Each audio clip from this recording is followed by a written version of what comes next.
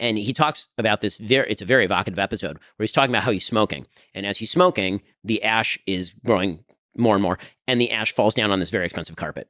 And the president of the university, who's listening to him rant and rave, Shelby Steele says, I thought he was going to say something about this. I mean, I was wrecking like $1,000 carpet in his office being a jackass.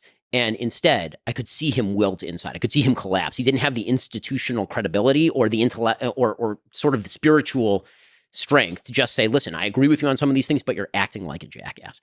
And what you see in the late 1960s and early 1970s is, in fact, the collapse of these institutions to the point where by the time I was going to college, there was this radical disproportion between conservatives and liberals. And the problem is that when it comes to a system like the universities, basically you have to separate the universities off into two separate categories. One is STEM, where the universities are still pretty damn good. American universities, when it comes to STEM, are still leading universities in the world. Harvard's main creations these days are coming from actual hard science fields.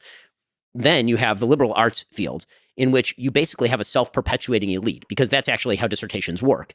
If you have somebody who's very far to the left and you decide that you're going to write a dissertation on the history of American gun rights, the chances that that is going to be approved by your dissertation advisor are much lower than if you happen to write something that tends to agree with the political positions of your dissertation advisor. Now, listen, I think there are open and tolerant professors, even in the liberal arts at these universities. I went to these universities, right? I went to UCLA, I went to Harvard Law School. When I was at Harvard Law School, one of my favorite professors was Lani Guinier. Lani Guinier, they tried to appoint her, I believe, Secretary of Labor under Clinton, and she was too liberal, and she got rejected. So she was like a full-on communist. By the time I went there, she was great. We had debates every day. It was wonderful. She used to write me recommendations for my legal jobs after we left.